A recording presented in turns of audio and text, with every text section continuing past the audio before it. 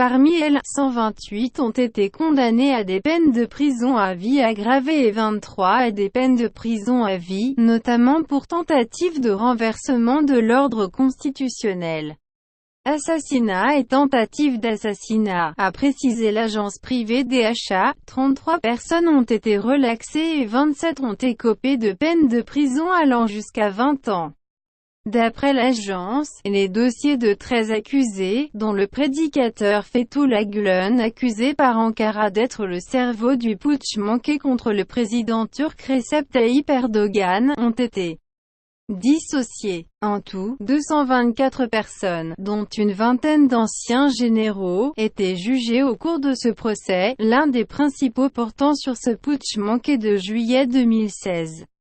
Parmi elles, 176 comparaissaient en détention provisoire, 35 libres et 13 étaient jugés in absentia. Un ancien chef de l'armée de l'air, Akinos turc, et l'ex-aide de camp de M. Erdogan, Ali Yazıcı, font partie des personnes condamnées à la prison à vie, selon DHA.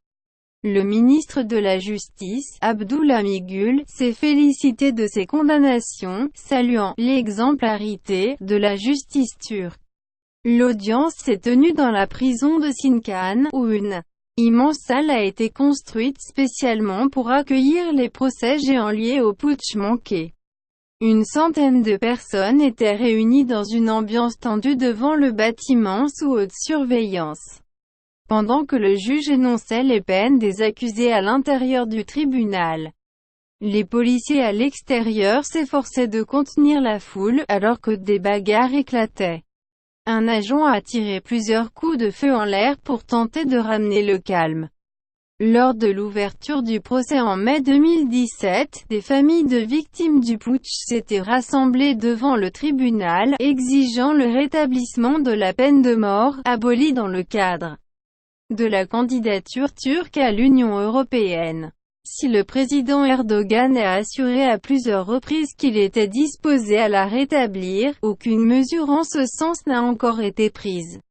La tentative de coup d'État a fait près de 250 morts, sans compter les putschistes, et des milliers de blessés.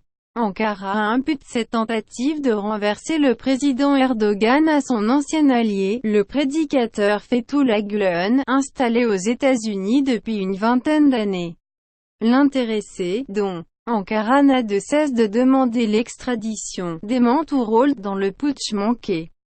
Les procédures judiciaires lancées après ce coup de force avorté sont d'une ampleur sans précédent en Turquie.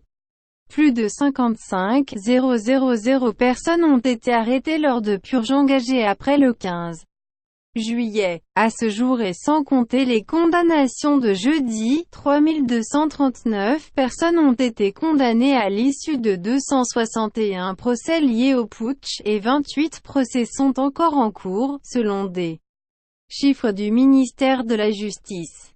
Selon l'acte d'accusation cité par les médias turcs, plus de 8000 militaires ont pris part à la tentative de putsch, au cours de laquelle 35 avions de guerre, 37 hélicoptères, 74 chars, 246 véhicules blindés et près de 4000 armes légères ont été utilisés par les putschistes.